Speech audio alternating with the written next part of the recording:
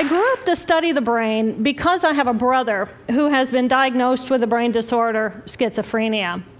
And as a sister, and later as a scientist, I wanted to understand why is it that I can take my dreams, I can connect them to my reality, and I can make my dreams come true. What is it about my brother's brain and his schizophrenia that he cannot connect his dreams to a common and shared reality, so they instead become delusion? So I dedicated my career to research into the severe mental illnesses. And I moved from my home state of Indiana to Boston, where I was working in the lab of Dr. Francine Bennis in the Harvard Department of Psychiatry. And in the lab, we were asking the question, what are the biological differences between the brains of individuals who would be diagnosed as normal control, as compared with the brains of individuals diagnosed with schizophrenia, schizoaffective, or bipolar disorder? So we were essentially mapping the microcircuitry of the brain, which cells are communicating with which cells, with which chemicals, and then in what quantities of those chemicals. So there was a lot of meaning in my life because I was performing this type of research during the day, but then in the evenings and on the weekends, I traveled as an advocate for NAMI, the National Alliance on Mental Illness. But on the morning of December 10, 1996, I woke up to discover that I had a brain disorder of my own. A blood vessel exploded in the left half of my brain. And in the course of 4 hours, I watched my brain completely deteriorate in its ability to process all information. On the morning of the hemorrhage, I could not walk, talk, read, write, or recall any of my life. I essentially became an infant in a woman's body. If you've ever seen a human brain, it's obvious that the two hemispheres are completely separate from one another. And I have brought for you a real human brain.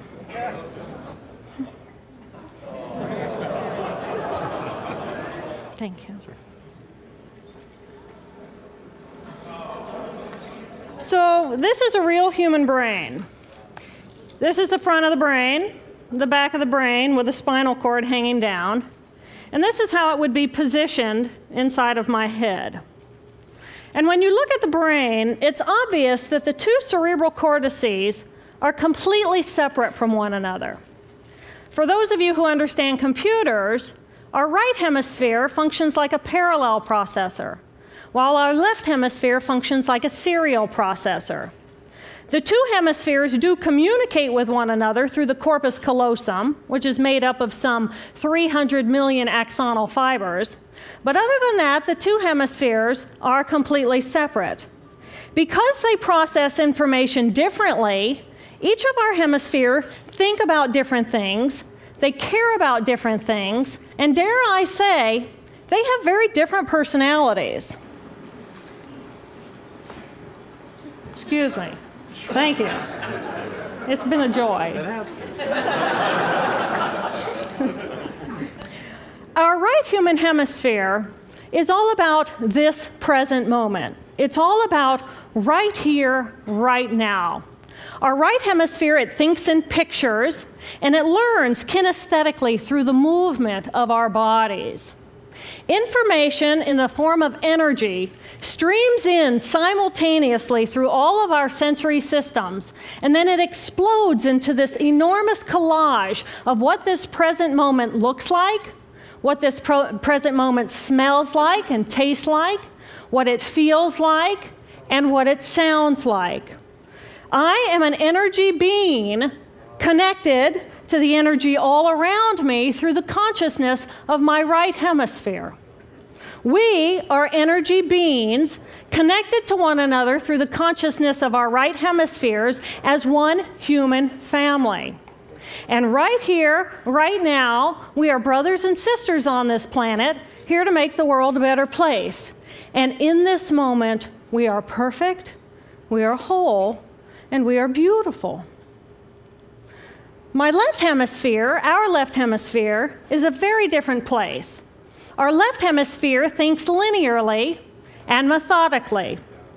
Our left hemisphere is all about the past, and it's all about the future. Our left hemisphere is designed to take that enormous collage of the present moment and start picking out details, and more details about those details. It then categorizes and organizes all that information, associates it with everything in the past we've ever learned, and projects into the future all of our possibilities. And our left hemisphere thinks in language.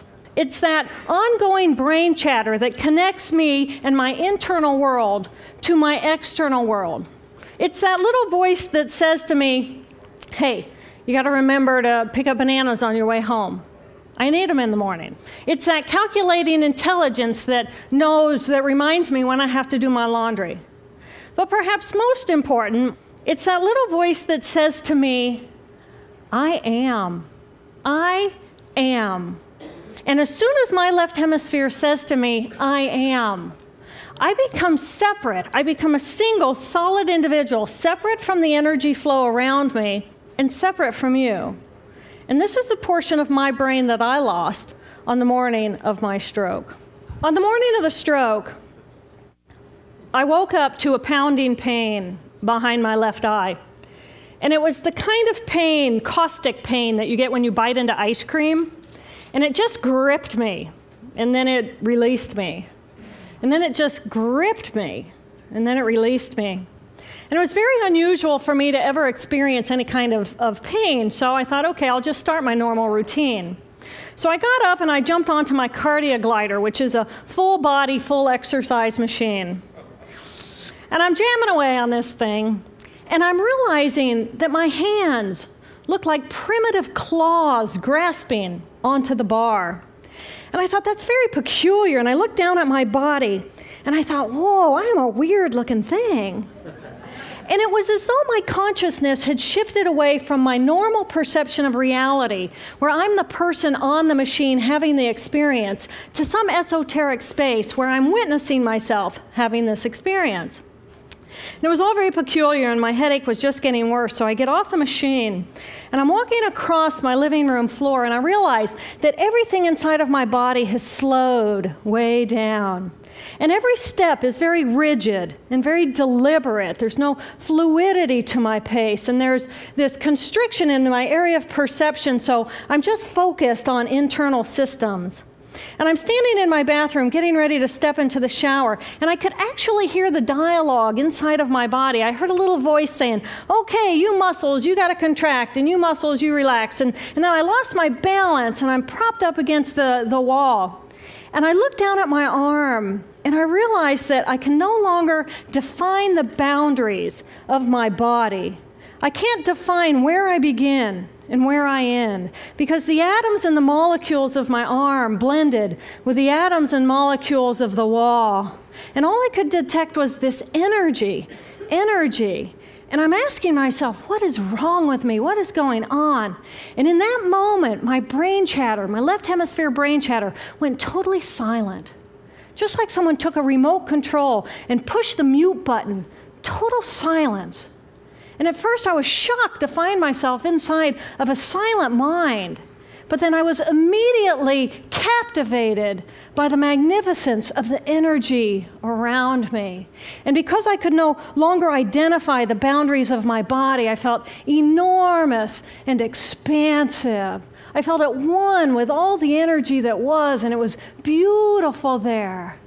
And then all of a sudden, my left hemisphere comes back online, and it says to me, hey, we got a problem, we got to get some help. And I'm going, oh, I got a problem. So it's like, okay, I got a problem. But then I immediately drifted right back out into the consciousness, and I affectionately refer to this space as La La Land. But it was beautiful there. Imagine what it would be like to be totally disconnected from your brain chatter that connects you to the external world. So here I am in this space, and my job and any stress related to my job, it was gone. And I felt lighter in my body. And imagine all of the relationships in the external world and any stressors related to any of those, they were gone. And I felt this sense of peacefulness. And imagine what it would feel like to lose 37 years of emotional baggage. Oh, I felt euphoria. Euphoria. It was beautiful there. And then again, my left hemisphere comes online and it says, hey, you've got to pay attention. We've got to get help. And I'm thinking, I got to get help. I got to focus. So I get out of the shower and I mechanically dress and I'm walking around my apartment and I'm thinking, I got to get to work. I got to get to work. Can I drive? Can I drive? And in that moment, my right arm went totally paralyzed by my side. Then I realized, oh my gosh, I'm having a stroke. I'm having a stroke. And then the next thing my brain says to me is, wow, this is so cool. This is so cool. How many brain scientists have the opportunity to study their own brain from the inside out? And then it crosses my mind, but I'm a very busy woman. I don't have time for a stroke. It's like, okay, I can't stop the stroke from happening, so I'll do this for a week or two, and then I'll get back to my routine. Okay, so I got to call help. I got to call work. I couldn't remember the number at work. So I remembered in my office I had a business card with my number on it. So I go into my business room, and I pull out a 3-inch stack of business cards. And I'm looking at the card on top. And even though I could see clearly in my mind's eye what my business card looked like, I couldn't tell if this was my card or not, because all I could see were pixels. And the pixels of the words blended with the pixels of the background and the pixels of the symbols, and I just couldn't tell. And then I would wait for what I call a wave of clarity. And in that moment, I would be able to reattach to normal reality. And I could tell, that's not the card, that's not the card, that's not the card. It took me 45 minutes to get 1 inch down inside of that stack of cards. In the meantime, for 45 minutes, the hemorrhage is getting bigger in my left hemisphere. I do not understand numbers. I do not understand a telephone, but it's the only plan I have. So I take the foam pad and I put it right here. I take the business card, I put it right here, and I'm matching the shape of the squiggles on the card to the shape of the squiggles on the foam pad. But then I would drift back out into la la land and not remember if when I come back if I'd already dialed those numbers. So I had to wield my paralyzed arm like a stump and cover the numbers as I went along and push them so that as I would come back to normal reality, I'd be able to tell, yes, I've already dialed that number. Eventually, the whole number gets dialed, and I'm listening to the phone, and my colleague picks up the phone, and he says to me, and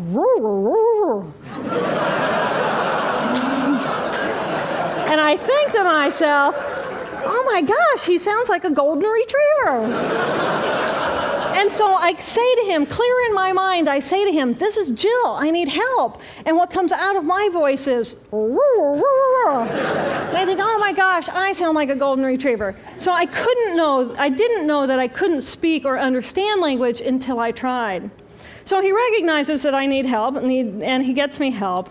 And a little while later, I'm riding in an ambulance from one hospital across Boston to Mass General Hospital. And I curl up into a little fetal ball. And just like a balloon with the last bit of air just right out of the balloon, I just felt my energy lift and I felt my spirit surrender. And in that moment, I knew that I was no longer the choreographer of my life. And either the doctors rescue my body and give me a second chance at life, or this was perhaps my moment of transition. When I woke later that afternoon, I was shocked to discover that I was still alive.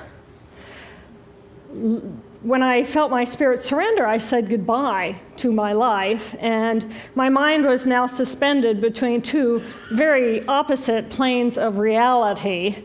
Stimulation coming in through my sensory systems felt like pure pain. Light burned my brain like wildfire, and sounds were so loud and chaotic that I could not pick a voice out from the background noise, and I just wanted to escape.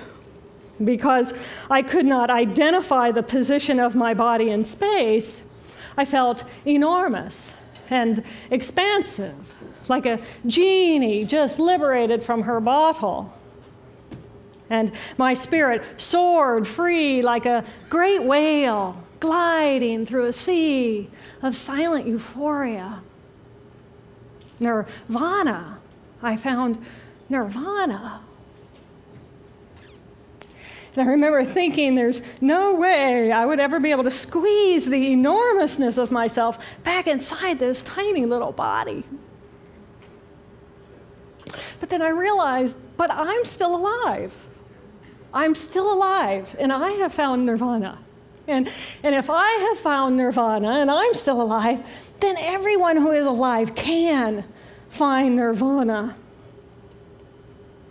And I pictured a world filled with beautiful, peaceful, compassionate, loving people who knew that they could come to this space at any time and that they could purposely choose to step to the right of their left hemispheres and find this peace.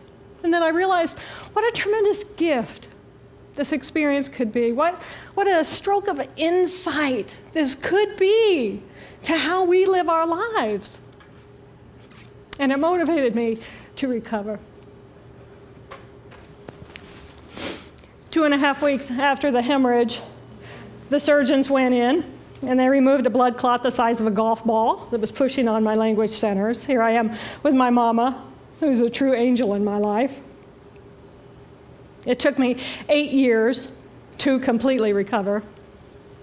So, who are we? We are the life force power of the universe with manual dexterity and 2 cognitive minds.